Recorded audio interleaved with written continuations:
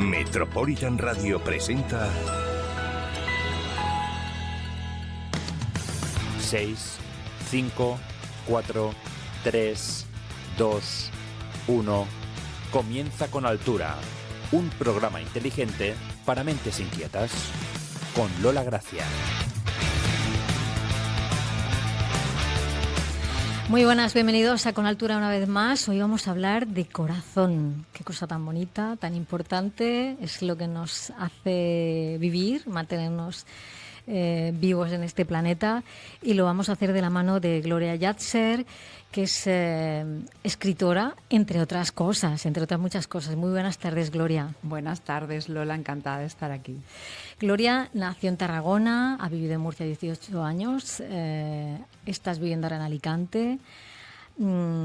Has trabajado en el ámbito empresarial, en puestos de importancia, has fundado y dirigido empresas y de pronto te pones a escribir. O ya escribías tú, pero lo dejabas en el cajón. ¿Cómo ha sido eso? Eso de pronto no ha sido, ¿sabes? Porque fíjate, cuando yo presenté mi primera novela, que fue autopublicada, y la presenté en Tarragona, de donde yo nací, le pedí a mi hermana que me hiciera la presentación en una librería con amigos, y ella contó una anécdota. Y contó que, claro, yo de pequeñas compartíamos habitación y yo por las noches siempre leía. Y venía mi madre y decía, apagar la luz. Y yo apagaba la luz, pero seguía leyendo como los buenos lectores, ¿no? Claro. Con la linterna debajo de la sábana. Y ella contó que un día me dice, pero neni, ¿tú por qué lees tanto? Y relata que yo le contesté, digo, yo es que algún día voy a ser escritora. Y fíjate que yo esa anécdota, yo no me acordaba de eso. Y entonces cuando ella lo contó, cuando yo hice la presentación de mi primera novela, pensé, de verdad siempre he querido escribir, pero es cierto que no lo había hecho antes, ¿eh? Yo empecé con la carrera, como tú dices, me metí en el mundo empresarial, monté empresas y ya en esa vorágine pues se me olvidó que yo algún día de jovencita, de adolescente, había querido escribir. Sí leía, he sido una lectora siempre. Pero eso no lo reencontré hasta muchos años más tarde. Lo tenías ahí en el subconsciente guardado. De hecho, tú estudiaste filología anglo-germánica y luego hiciste el máster de dirección de empresas. Sí. Y te dedicaste como una working girl al mundo de los negocios. Sí. Y a veces la gente piensa que esto es muy diferente, ¿no? El mundo literario con el mundo empresarial. ¿Tú qué les dirías a la gente que ve estos mundos tan apartados, tan diferentes? Para mí no lo son, fíjate, porque para mí, además, en alguna ocasión lo he dicho, escribir una novela es como emprender un negocio. Tú tienes que tener una idea, la idea la tienes que materializar, la tienes que convertir en un plan de acción y luego lo tienes que ejecutar. Y luego, además, necesitas un equipo para poder llevarlo adelante, porque aunque es cierto que el trabajo de escritor es un trabajo solitario, hay una fase del proceso, que es la portada, la maquetación, la promoción, pues que tú necesitas también un equipo, ¿no? Entonces, realmente yo este proceso de escritura lo he planteado también en cierta forma como si fuera una empresaria. Y lo más importante es que cuando escribo siempre pienso mucho en el lector, en quién es mi lector, en cómo lo quiero hacer sentir, en cómo quiero que vibre con lo que yo escribo. Y eso para mí me viene de mi herencia empresarial. Además hay algo que creo que es importante y nos has dicho, que es la inversión. La inversión en tiempo, sí. En otras lecturas, documentarte. Por ejemplo, para este libro El corazón tiene memoria, que ahora hablaremos un poquito más en detenimiento de él. Te has interesado por todas esas personas que reciben un corazón trasplantado de otra persona y que empiezan a sentir cosas. Sí. ¿Cómo se te ocurrió la idea esta del corazón tiene memoria? Bueno, la idea es que al final, ¿sabes? De una semillita luego tú desarrollas, ¿no? Pero la semillita inicial, el germen inicial, me surgió en un viaje a Egipto. Figúrate, fui yo precisamente con unas amigas de Murcia, hicimos un viaje a Egipto y entonces allí descubrí lo que ya sabemos de los egipcios, ¿no? Que para ellos no hay una separación entre lo que era el conocimiento racional o las ciencias y la espiritualidad, ¿no? Ellos cuando creaban un templo, pues sí, hacían arquitectura con las pirámides, pero además estaban trabajando, pues lo alineaban con las estrellas, con las constelaciones para mover la energía de una determinada manera, o en sus templos aparte de ser un sitio pues, de rituales, también eran hospitales o sitios donde se cultivaba no solo el cuerpo, sino también el espíritu, ¿no? Entonces, a partir de ahí yo volví como diciendo, bueno, ¿en qué momento ese conocimiento integral de los egipcios o de las culturas antiguas? Porque todas las culturas antiguas el conocimiento lo tenían más integrado. Sí. Lo hemos ido fragmentando a lo que tenemos hoy en día, que está todo separado, ¿no? Incluso la medicina, o sea, los médicos están muy especializados. Me puse a investigar, empecé a ver cuestiones, cómo influyen las emociones y el espíritu, la salud, hasta que topé con la teoría de la memoria celular, que bueno, fue como un shock cuando la encontré, y a partir de ahí ya me puse a investigar muchísimo en eso.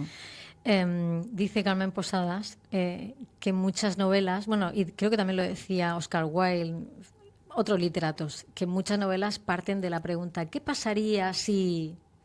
Y en este caso tú te preguntabas, sí, ¿qué pasaría si olvidáramos los hechos, pero no las emociones? Que es un poco lo que le ocurre a Inés, a tu protagonista, cuando a Judith, cuando le trasplantan el corazón de otra persona. Y bueno, pues no puede tener recuerdos clarísimos de su vida, de la vida de la persona que falleció para darle su corazón, pero le vienen cosas, ¿no? Sí, le vienen emociones y le vienen sensaciones, y ahí es donde empieza lo de la memoria celular y todo lo que he estado analizando. El doctor Josep María Caralps, que bueno, luego hablaremos del seguro, ¿no? Pero un cirujano cardiovascular, que además él es defensor de la teoría de la memoria celular, pues no, relata que el corazón también tiene neuronas. Esto ya es algo que la ciencia ha aceptado, ¿no? Así como nuestro cerebro tiene millones de neuronas, el corazón tiene 40.000, pero las tiene. Y el corazón tiene una función muy importante en regular, ¿no? Estas emociones que luego le manda también señales al cerebro.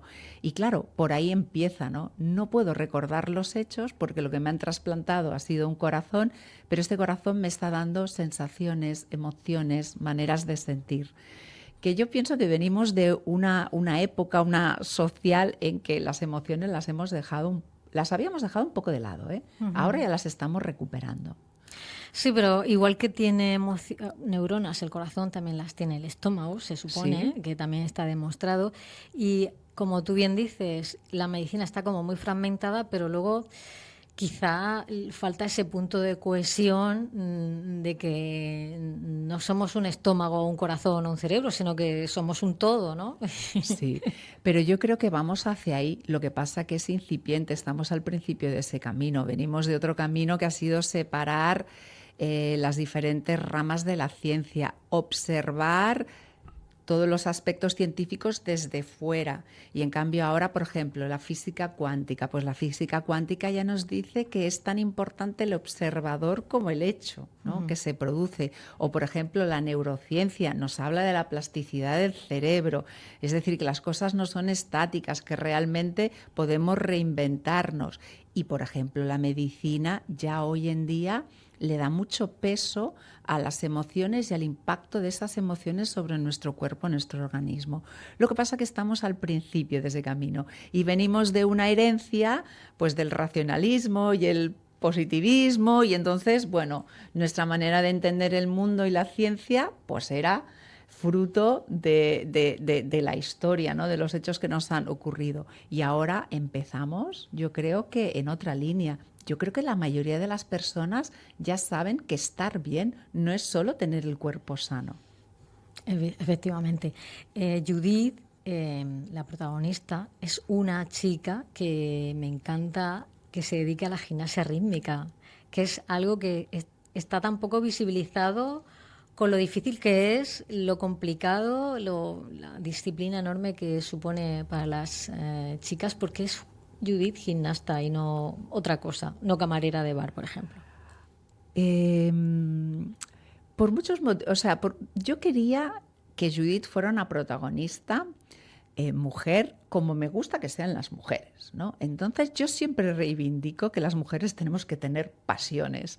Realmente podría haber sido cualquier otra pasión, ¿no? En este caso fue la gimnasia rítmica, bueno, por circunstancias, porque quería que fuera una atleta, porque quería que realmente el problema de salud que tiene le truncara mucho sus expectativas. Entonces, claro, Judith es una chica que se ha estado preparando toda su vida para llegar al máximo nivel en su disciplina, y ya sabemos que los atletas, su recorrido profesional se termina muy jóvenes, porque ya cuando tienes una edad determinada ya no puedes seguir practicando esta disciplina, ¿no?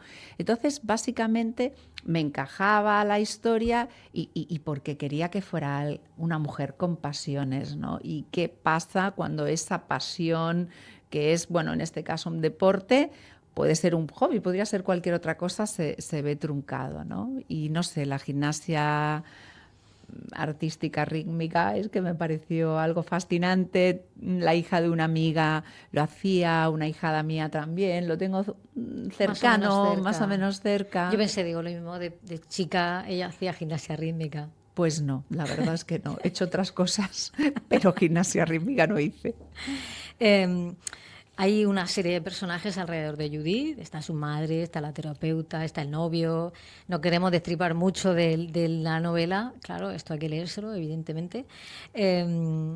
Pero vamos, todos estos personajes componen un mapa vital importante que podría ser el de cualquier chica de esa edad, aproximadamente, ¿no? Sí, sí.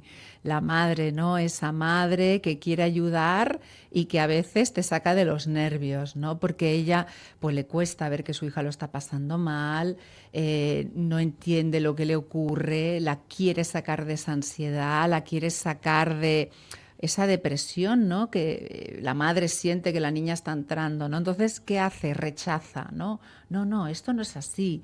No te preocupes, no le des importancia a esto. Ahora, ¿por qué esto tiene que tener importancia, ¿no? Esto es la naturaleza maternal, ¿no? Entonces, quería reflejar eso, ¿no? Cómo a veces, queriendo ayudar, lo que estás haciendo no ayudas a la otra persona, pero bueno, el amor impera, ¿no? Entonces, aparte es esa madre silenciosa que no sabe qué hacer, pero que está acompañando todo el rato y que se esfuerza por comprender lo que le pasa a su hija, que no lo comprende, ¿no?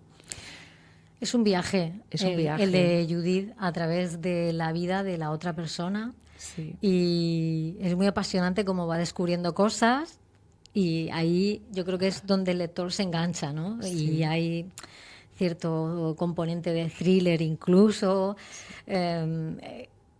Creo que el tema de los recuerdos es algo que ya trataste en tu primera novela, Sí. que se titula, que lo tengo por aquí, es que es un poco largo y no me termino de acordar. Diego Lobeira, Historia de un bastardo, se titulaba en el año 2019. ¿Por qué los recuerdos? Mira, es que creo que parte de nuestra identidad es lo que recordamos de nuestra vida, ¿no? Y además es algo muy curioso, porque tú no te acuerdas de todo.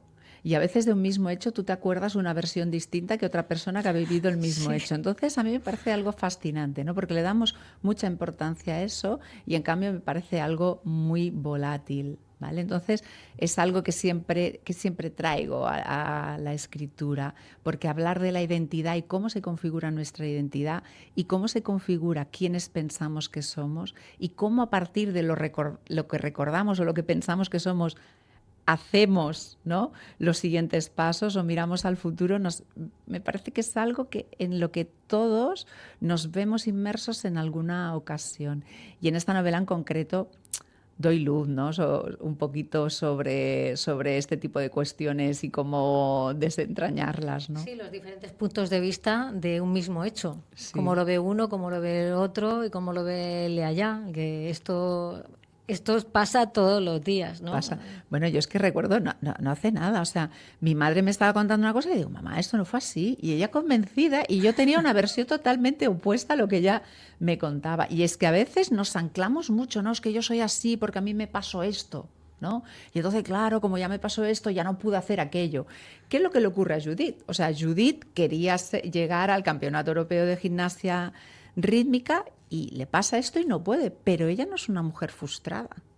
Ella es una mujer que lo que busca es salir adelante con eso, ¿no? Y desentrañar la verdad, y ir al fondo y seguir su intuición, porque yo creo que es lo más bonito, ¿no? de Judith. Su madre le dice, olvídalo, si esto no será nada. La psiquiatra primero le dice, tómate estas pastillas y ya está, si no piensas. Y ella no, ella hay algo ahí que siente, que percibe y va en busca de esa verdad. Entonces, es que eso me parece fascinante, ¿no? Porque el recuerdo en sí que es, ¿no? Claro.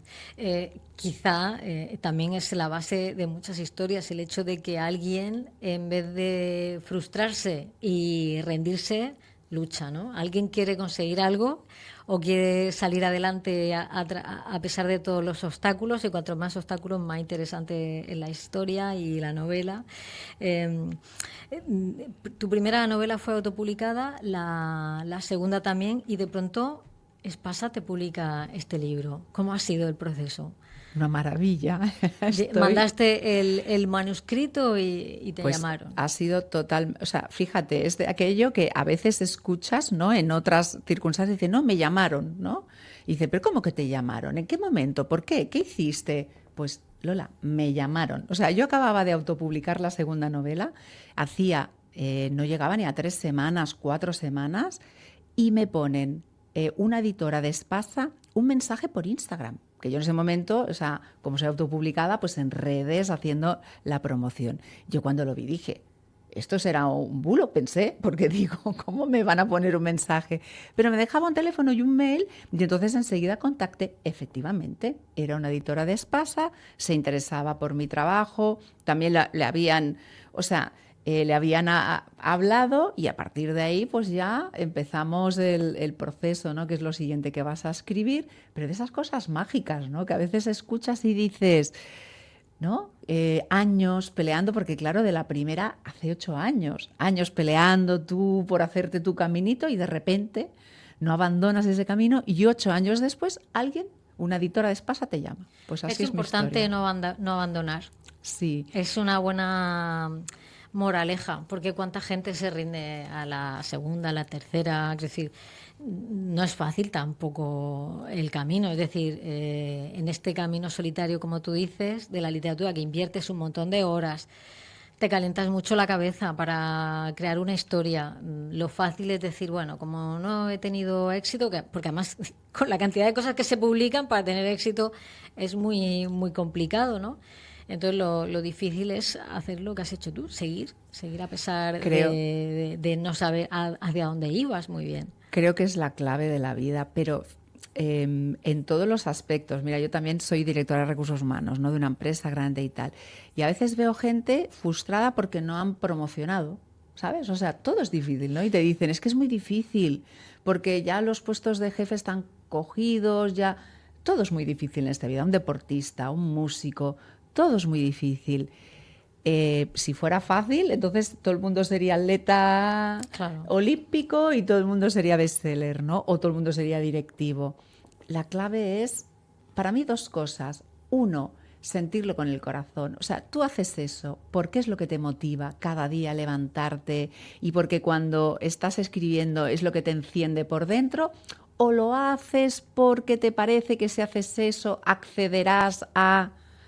Yo, en mi caso, he escrito siempre autopublicando, y esta novela también, porque es lo que mi corazón me dicta, porque es lo que me llena, porque es lo que me realiza, porque es lo que me gusta. Y luego, por supuesto que es difícil, en eso no tienes que pensar, pero ¿escribir es difícil? No, yo me levanto y escribo. Lo que es difícil es conseguir un resultado en concreto, ¿no? Sí. Entonces, pues yo me despegué de ese resultado, hago lo que me gusta, sin dejarlo nunca, sin expectativas. Teniendo tu otro trabajo, quiero decir que claro que lo complicado es también encontrar tiempo y energía, es decir, que no estés tan cansada como para... Porque escribir, la gente que no escribe no sabe lo que cuesta muchas veces. Si estás inspirado o inspirada, bueno, pues a lo mejor te salen 9 folios de golpe, pero no es lo normal.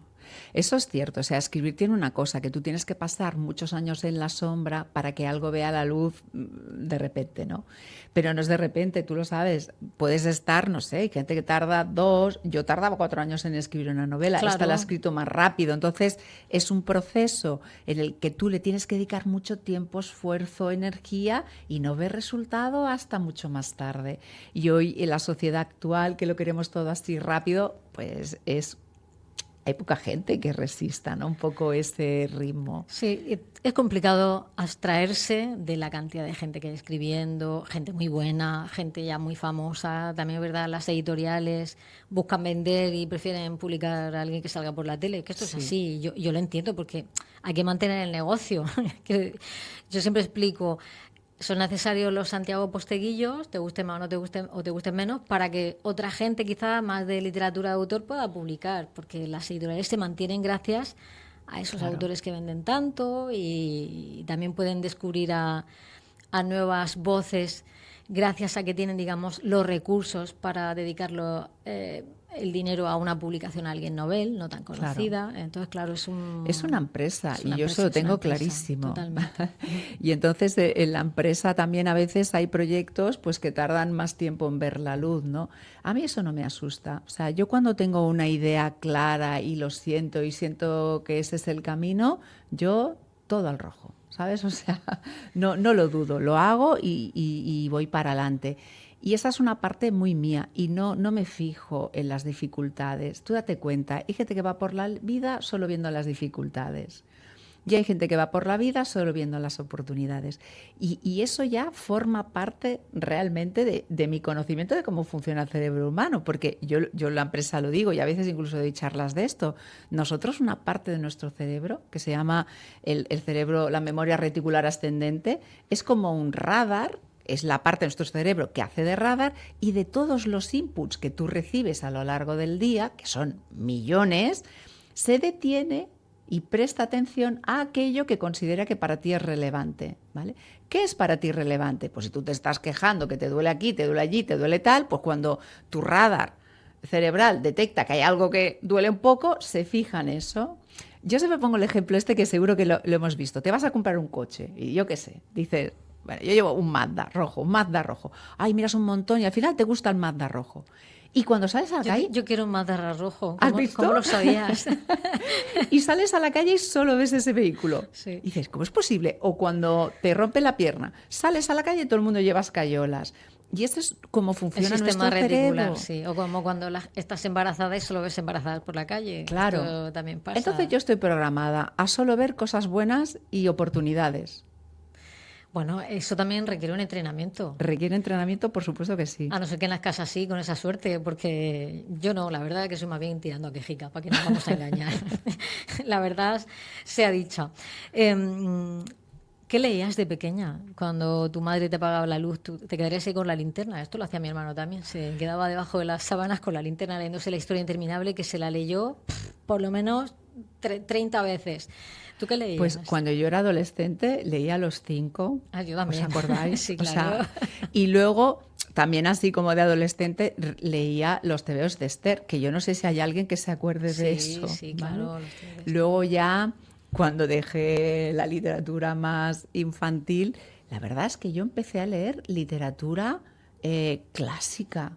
Que eso, o sea, no empecé a leer literatura de género y ya cosas más contemporáneas hasta más mayor. O sea, a mí me gustaba muchísimo leer y entonces leía, pero vamos, o sea, todos los clásicos, desde los franceses, los rusos, los americanos.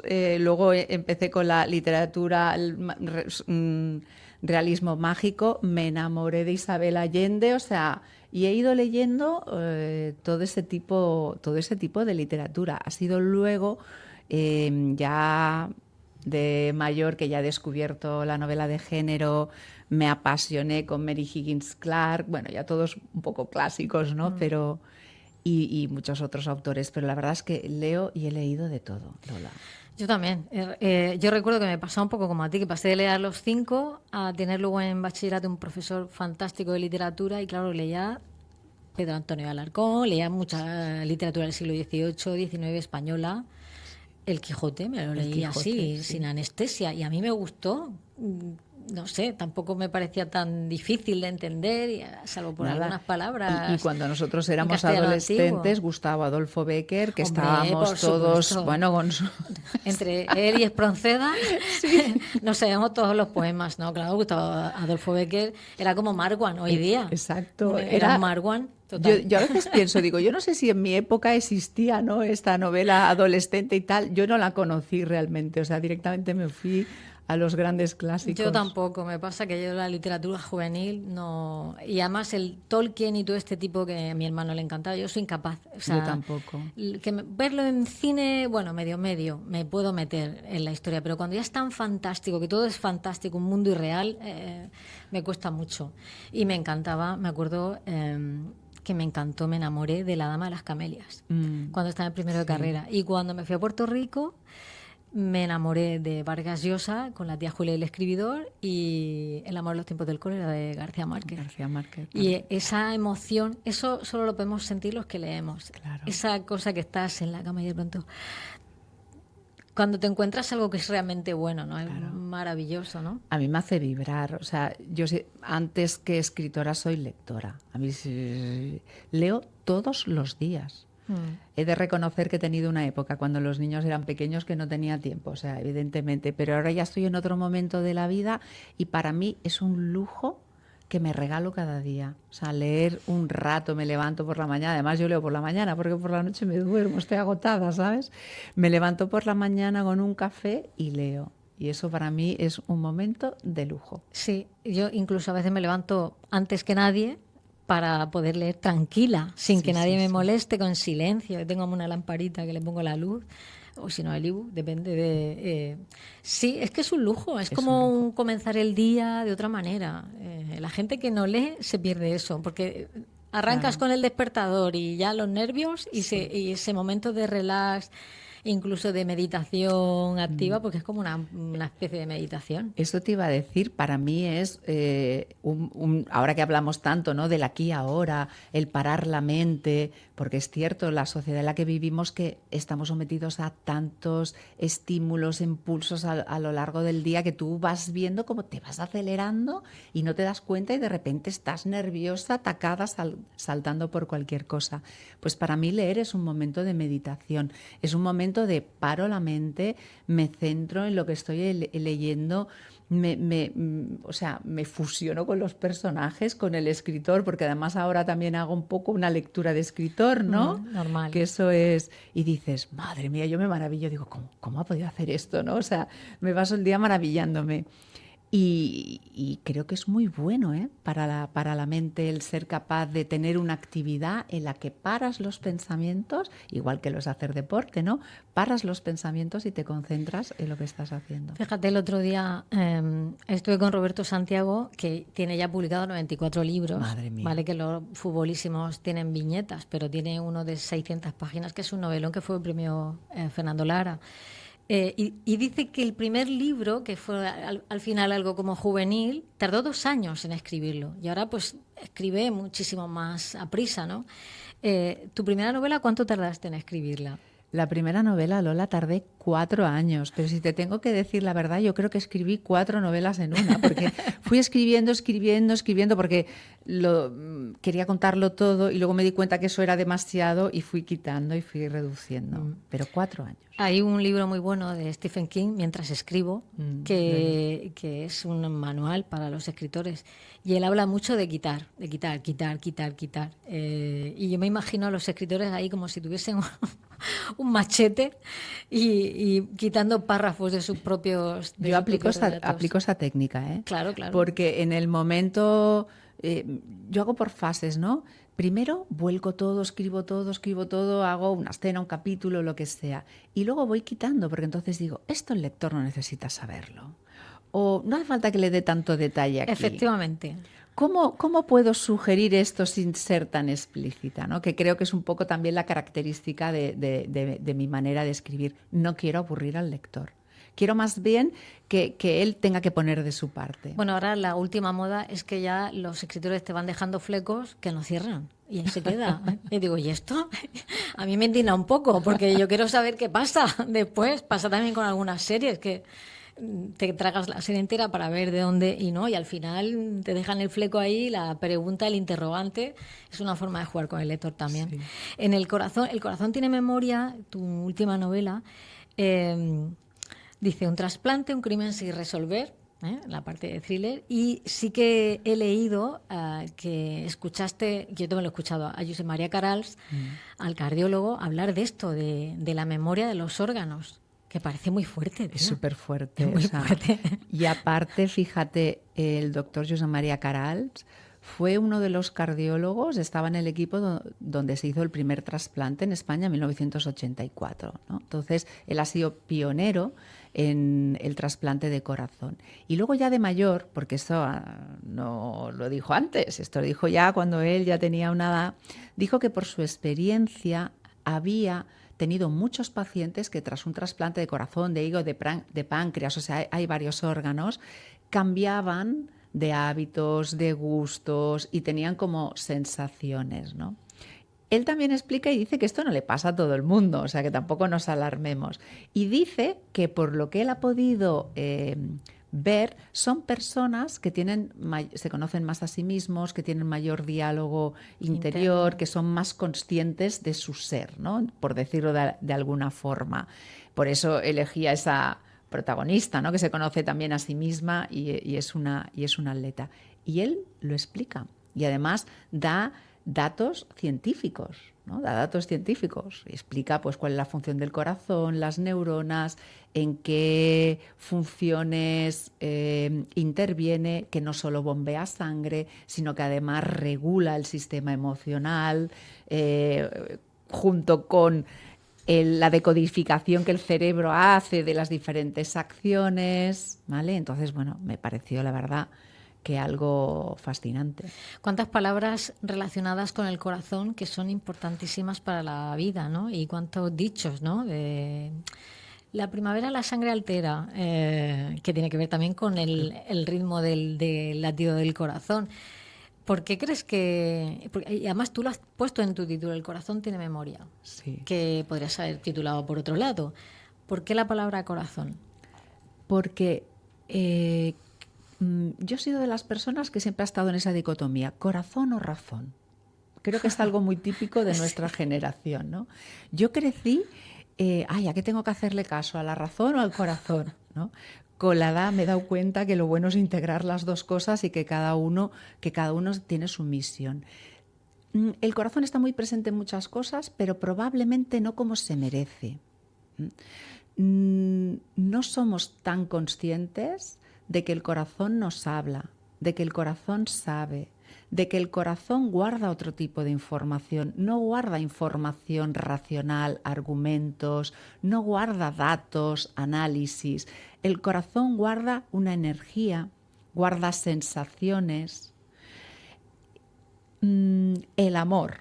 ¿Qué es el amor? Nadie puede negar el amor, nadie. Y ya si nos vamos al amor de los hijos, ¿no? ¿Qué es eso que a las madres nos hace despertarnos de repente? Ay, que creo que mi hijo llora. Nadie más lo ha escuchado. Y tú tienes esa sensación. ¿De dónde viene eso, Lola? No te creas que yo lo puedo explicar muy claramente, pero sí tengo claro que ahí el corazón y determinadas funciones que nuestra sociedad todavía no conoce, creo que están ahí y creo que las sociedades futuras van a saber desarrollar eso. Porque ahí hay una maravilla, lo tengo clarísimo. Que tenemos un pálpito o de pronto aparece alguien que te guste si te acelera el corazón. Claro.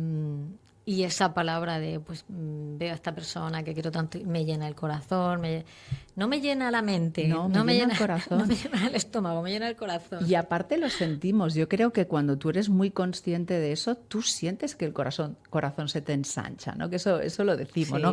Cuando tú estás satisfecho, has vivido una situación de alguien que quieres o referida a ti, que te hace feliz, tú notas ese corazón que se ensancha y no es algo que esté en la mente. No, efectivamente. Era Descartes, ¿no?, el que decía lo de la razón y el corazón, ¿no? Y decía es que no termino de acordarme.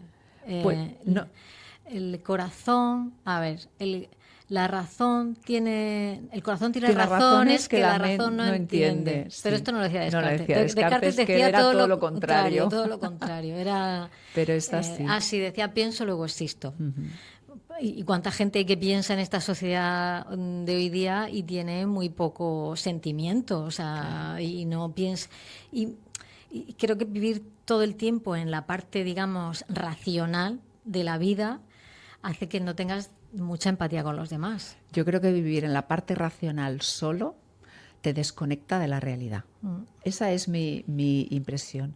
Y además yo recuerdo ya de joven, cuando yo empecé a interesarme por esto del corazón, la mente, la psicología, que yo pensaba, a ver, si durante muchos años pensaron que la Tierra era plana y estaban 100% seguros de eso, o sea, ¿cómo te puedes fiar de lo que piensas? Porque luego resultó que no era plana, que era redonda, ¿no? Y entonces hoy en día a nadie le podrías convencer de que la Tierra es plana. No, la Tierra es redonda. Pero claro, ¿y las personas de aquella época? Entonces, no hay que fiarse de lo que uno piensa. Lo que uno piensa puede cambiar. La ciencia, la tecnología constantemente nos demuestran que el conocimiento va avanzando, que lo que hoy consideramos cierto, mañana puede no serlo. Sin embargo, nos han educado para que no hagamos demasiado caso a nuestras emociones y a nuestro instinto, porque puede ser peligroso. Justo lo contrario de lo que entiendo que debería ser, pero es que es fruto de la época que nos ha tocado vivir, sí. O sea, tampoco nos podemos culpar por eso. La vida, la historia sigue sus ciclos. Los romanos y los griegos no pensaban así. Ellos también lo tenían todo más integrado. A nosotros nos ha tocado vivir esa época del racionalismo y del materialismo. Y bueno, pues somos fruto de eso. Afortunadamente yo creo que ya empiezan a haber tendencias que van en otra línea, ¿no? Uh-huh. ¿Cuándo terminaste de escribir la novela última? Mira, esa la terminé, o sea, mi borrador lo terminé el 15 de diciembre, que me acuerdo como si fuera... Hace poquito. Hace poquito. Y luego ya entra todo el proceso de revisión, que la editorial, y luego y luego la edición, la publicación, que se publicó el 16 de abril, o sea que ha pasado hace casi nada. No te da tiempo ni de procesar todo el momento. Y ahora se presenta en Murcia, ¿se ha presentado ya en Tarragona? Lo he presentado en Tarragona, he estado en la Feria del Libro de Valencia también, lo presentaré en Alicante, bueno, ahora estamos de ruta.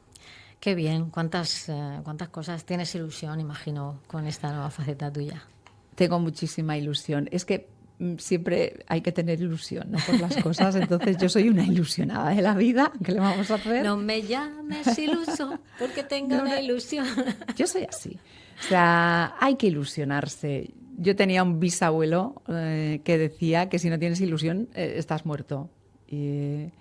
Y yo tengo ilusión por las cosas, me hace una ilusión tremenda. Me parece un privilegio poder estar presentando esta novela con Espasa. Me parece un privilegio presentarla en Murcia, haber estado en la Feria del Libro de Valencia. Estuve en el Sant Jordi, o sea, ¿qué quieres que te diga? ¿Qué te parece Sant Jordi? ¡Qué movida! Yo estuve un año y me flipé. Es alucinante. Es alucinante. Y todo alrededor del libro. Claro. Qué gente tan culta. Yo no tiene nada que ver, no es por nada, que Murcia tiene muchas cosas buenas, pero que haya un festival así de gente en la calle alrededor de los libros, claro, me parece una maravilla. Piensa que yo he vivido 16 años en Barcelona. O sea, me fui a estudiar la carrera universitaria allí y para mí eso fue un descubrimiento, porque en aquella época Sant Jordi se celebraba en Barcelona y punto. O sea, ni siquiera en Tarragona, no se celebraba en otras ciudades. Y entonces era un día bonito, que además era todo libros, rosas, y es que yo ya estaba deseando salir de trabajar, o salíamos antes para ir a pasear, ver los libros, hablar con los autores, que me firmaran. Un día precioso, es que me parece uno de los días más bonitos. Es muy bonito, y el Paseo de Gracia, y luego las Ramblas llenas de famosos, que todo esto es también necesario cuando... hay mucha gente que se dedica a la literatura que todo esto le parece como sobrante y no, y que tiene que haber un poco de salseo también en la literatura, que no pasa nada. Me parece fantástico. Sí. Y aparte, Creo que toda la vida ha habido, y en el siglo de oro también, con Quevedo y... Quiero decir que ha habido siempre. Shakespeare, pues también anda que no era Shakespeare, que tenía 20.000 novias. Quiero decir que tiene de malo que haya un poquito de salseo y estas es maravilloso. cosas. Y aparte te diré, o sea, igual todo empezó con Sant Jordi, pero ahora tenemos una cantidad de ferias del libro Sí. que son maravillosas también. Yo vengo, pero en todas partes, en Murcia también se hace una feria del libro estupenda. Vengo de la Feria del Libro de Valencia, eso es una maravilla. Y vienen los lectores y se acercan a los escritores para que les firmen y te siguen y...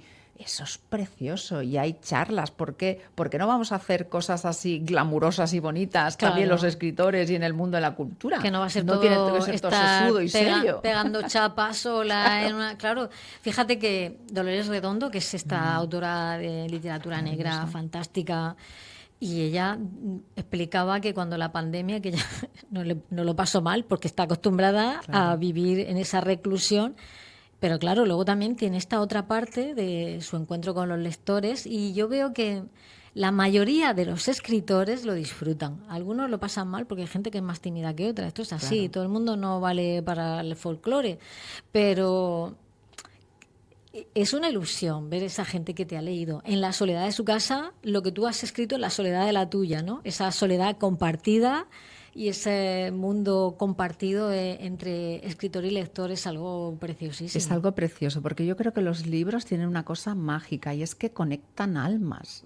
O sea, de verdad, Sí. o sea, te conectan, no te conectan con el conocimiento, o sea, las novelas, ¿no? Otro tipo de libros, sí, te conectan con las sensaciones, con experiencias. A mí con esta novela es que me mandan mensajes de, oye, pues yo, mi primo le trasplantaron, o sea, me cuentan, o sea, es una historia que a otras personas les hace recordar y renacer su historia. Y eso es precioso. Y que te envíen el mensaje y te lo cuenten y te lo diga y que les haga revivir a ellos. O a veces incluso, porque la novela tiene algunos aspectos así, me dicen, oye, pues a mí me pasó de una intuición y la gente te explica, ¿no? Como, oye, que sí, que esto de que las intuiciones son muy realidad, es verdad que una... Y eso es súper bonito, ¿no? ¿Cuál dirías que es el leitmotiv de tu novela?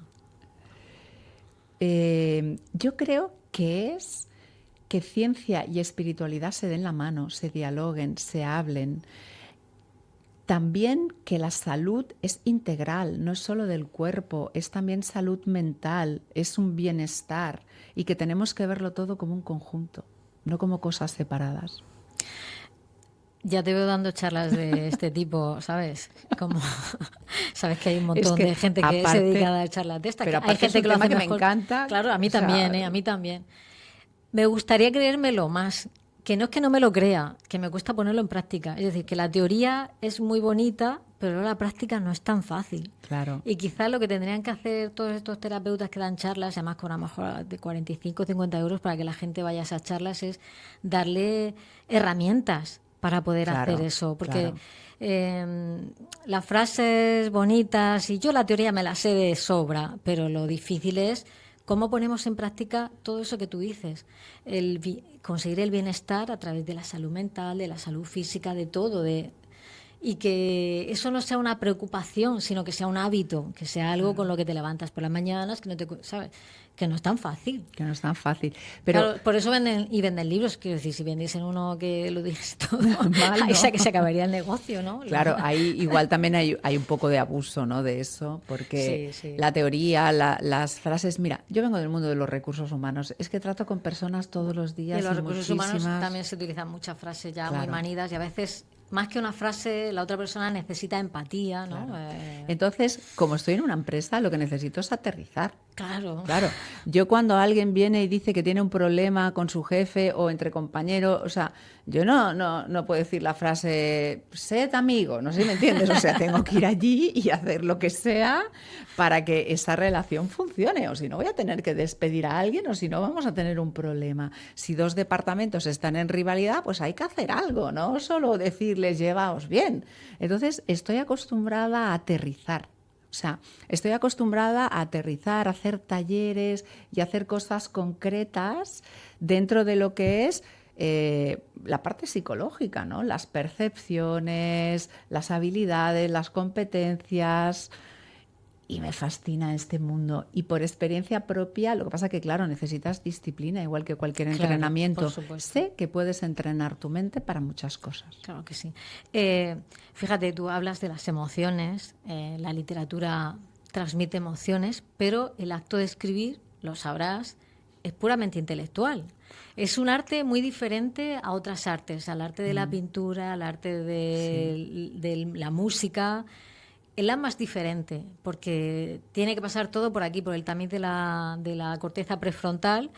Entonces, fíjate, a mí me parece tan milagroso que te haga llorar una novela, y a mí me ha hecho llorar Los Miserables, El amor en los tiempos del cólera, o me he reído a carcajadas con Manolito Gafotas. Me parece increíble, me parece mágico. Y yo creo que los escritores no son conscientes de lo difícil, de lo que están haciendo, lo difícil que es. Es muy difícil, Lola, eso es cierto. Yo cuando me planteo cualquier escena, siempre pienso en que el lector vea lo que están viendo los personajes y sienta lo que están sintiendo los personajes. Pongo mucho énfasis y es muy difícil de conseguirlo. No siempre se consigue porque aparte no todos sentimos igual, no todos tenemos el mismo imaginario. A veces me sorprende que hay lectores que me dan un feedback de una escena y otros me dan otro feedback, ¿no? O sea, por aquello que decíamos, cada uno lo pasa por su experiencia propia. Para mí, personalmente, esta novela ha habido mucha técnica. Mucho intentar aplicar una serie de técnicas para que eso luego se pueda trasladar al lector, y para el lector tiene que ser una experiencia integral. O sea, yo tengo que meterme en la historia, ver que estoy aprendiendo cosas, que algo me resuene, que sienta emociones, que vea lo que están viendo los personajes. ¿Tú eres escritora de mapa o no? ¿Te dejas llevar? Que eso me lo han comentado algunos escritores, incluso de thriller, que me dejan loca. Digo, pero ¿cómo es posible que puedas improvisar sobre este campo? Yo anteriormente he escrito así, brújula, a ver a dónde voy, pero con esta novela no. Con esta novela, y además con la editora, me marcó muy las pautas muy bien, que eso ha sido para mí algo maravilloso. Yo hice una escaleta, luego, claro, tienes un margen de maniobra, no es que todo esté predeterminado, claro, ¿no? Pero sabes de qué quieres hablar, me documenté muchísimo, establecí los principales puntos, los giros, y luego tenía 2 finales posibles, ¿no? Era como, bueno, en función de cómo vaya, veré. Y al final se materializó un tercer final que no había yo vislumbrado, eso sí, pero sabía en cada momento hacia dónde iba, dentro que luego la escritura también tiene su parte creativa, por supuesto, ¿no? Y tú vas haciendo de más y de menos. Y cuando has reescrito algo, no te sale otra cosa completamente totalmente diferente. O sea, mira, a mí Esto lo contaba también Manuel Jaús, yo digo, es que es verdad, es así. Yo el otro día me preguntaban, ¿tú lees lo que...? Digo, no, soy incapaz de leer lo que he escrito porque yo lo encuentro fatal, porque ya lo cambiaría todo otra vez directamente, ¿no? Entonces es que, claro, no puedo. Escribes una cosa con un objetivo, con una misión, y ahí está. Pero es que siempre lo escribirías diferente. Lo cambiarías a algo, pondrías más tensión aquí, porque en realidad para mí el proceso de escritura es más un proceso de reescritura que de escritura. Si tuviéramos que escribir una historia, tardaríamos menos de la mitad del tiempo. Lo que pasa que luego haces que suene bonito, haces que sea interesante para el lector, añades o quitas pistas, información, siempre poniéndote en la parte del lector, ¿no? Oye, es que creo que si digo esto se va a ver mucho que el asesino o el tal es esto no lo puedo decir todavía. Entonces, ahí hay un proceso de lo que tú dices intelectual. Yo al menos lo abordo así. Y por lo tanto, para mí el proceso de escritura, oye, en un 75, en un 80% es reescritura. O sea, lo leo con los ojos del lector y voy quitando cosas. Por lo tanto, cuando yo leo mis novelas, las leo con visión de reescritura. Entonces siempre cambiarían cosas. Hay algo que me ha gustado mucho, que todavía no me he terminado la novela, que estoy a la mitad, pero me han gustado mucho ciertas imágenes, de pronto. Imágenes, a ver si la tengo por aquí, que creo que me tome una nota. Imagen de una muñeca rota. Esa imagen, dije, wow, qué pedazo de imagen. La muñeca rota. ¿Cuánto te puede decir una muñeca rota? Ahí pongo mucho énfasis, Lola. Es lo que te decía antes, es mi parte también empresarial, que el lector vea. Que el lector vea y que con esa imagen, imagínate, ¿no? La cantidad de cosas que te puede decir. Y aparte solo se ve la muñeca rota, no podemos contar más historias, ¿no? Porque revelaríamos. Pero ¿cuántas cosas suscita en el lector eso? ¿No? Claro, hoy en día pienso que también los escritores tenemos que dialogar con el mundo audiovisual. Claro, por supuesto. Porque los lectores, o sea, en su cotidiano, bueno, nosotros todos, en nuestro cotidiano, en nuestro mundo es audiovisual, ya nuestro mundo no son letras.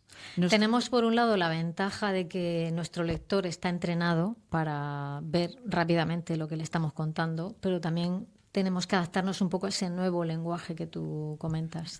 Y en la novela y en mi manera de escribir intento hacerlo presente, todo lo que puedo. Y aparte es un hilo del que voy a tirar más y más y más, porque quiero que mi escritura sea así. Que con una imagen, bueno, esto es como en el cine, ¿no? A veces te ponen una escena, allí no se ha dicho nada y ya todo eso lo que te evoca. Y a mí me gusta escribir así, que con una imagen le evoque al lector muchísimas cosas que ahora no las puedo decir hasta el final de la novela a lo mejor, o hasta más adelante, o hasta... ¿Estás trabajando ya en algo? ¿Piensas algo para más adelante?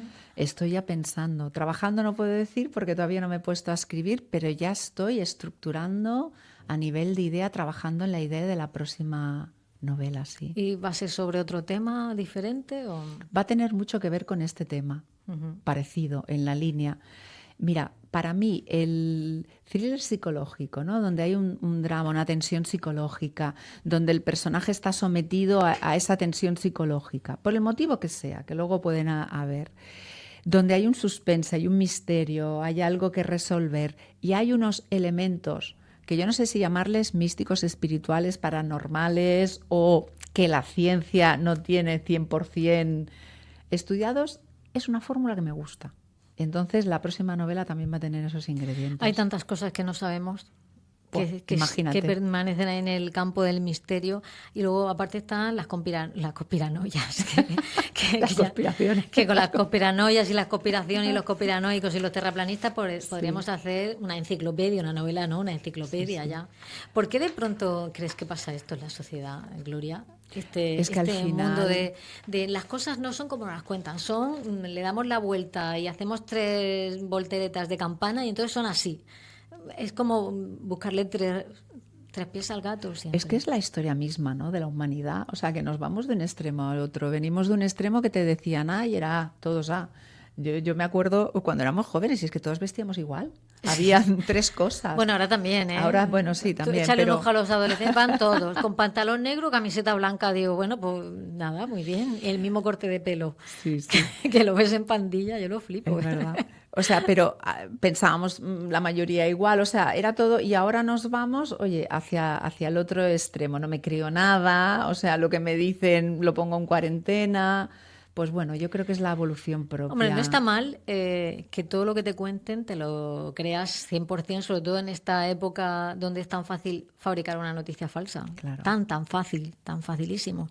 Pero hombre, también dudar de todo y dudar siempre de las fuentes oficiales y... A ver, igual a eso también... Es agotador. Es agotador. Yo creo que también eso, pues las redes sociales y el mundo en el que vivimos propician eso, ¿no? Lo que pasa que, bueno, cada uno tiene que saber dónde está y qué te crees, que no te crees. Hay determinadas cosas, pues bueno, que para ti son estructurales, ¿verdad? Y ahí te aferras. Y lo demás, pues bueno. ¿Y te gustaría retratar algún mundo en concreto? Aquí, por ejemplo, aparece la gimnasia rítmica, una chica joven, algún mundo, el mundo de los políticos, el mundo de, qué sé yo, de los artistas de rock, no sé. Pues ahora tengo 2 cosas en mente. Por ejemplo, yo que vengo del mundo empresarial, tengo muchas ganas de que la próxima novela tenga ese condimento, ¿vale? Porque además es un mundo que lo conozco muy bien, que nos afecta a todos, porque todos, quien más que menos, trabaja en una empresa, que podemos tener una idea u otra. Bueno, pues las relaciones, cosas que pasan en el mundo empresarial me atrae. Me había planteado el mundo político, pero es que ya me parece muy aburrido, ¿sabes lo que te quiero decir? O sea, Tanto el día dando la matraca ya. todo el día. Encima, ¿quién se va a leer una novela de políticos? Hoy día no. Quiero, o sea, realmente las empresas son micromundos. Sí. Y luego un macromundo. Todas las empresas tienen muchas cosas parecidas. Yo durante una época era consultora y me acuerdo de recursos humanos, además, que cuando llegaba a la empresa me decían, no, es que aquí esto es especial porque A. Me iba a otra empresa, no, es que aquí nosotros somos especiales porque B. Y todos tenían algo especial. Lo mismo especial, que era la misma cosa. Lo que pasa es que ellos no se veían, no veían a los otros, ¿no? Entonces, las empresas tienen cosas muy especiales, interesantes, se generan ahí unas relaciones, hay un micromundo que me apetece explorar con mis ingredientes. Bueno, de momento, a disfrutar de las presentaciones de este nuevo libro tuyo, El corazón tiene memoria, que tengas muchísima suerte, Gloria, que te lea muchísima gente. Ojalá. Que lo disfruten en la playa este verano. Es un libro perfecto para bajarse a la playa. Totalmente. Esto además pesa poco, está fenomenal, a pesar de que es gordito, pero no pesa, ¿eh? Y se lee rápido. Se lee rápido. Así que muchísima suerte, querida Gloria, y felicidades por tu constancia. Y como decía Cela, el que resiste gana. Pues de momento vas ganando la partida. Nada, muchas gracias a ti y nada, que lleguen muchos lectores y lo disfruten. De eso se trata. Muchas gracias. Gracias.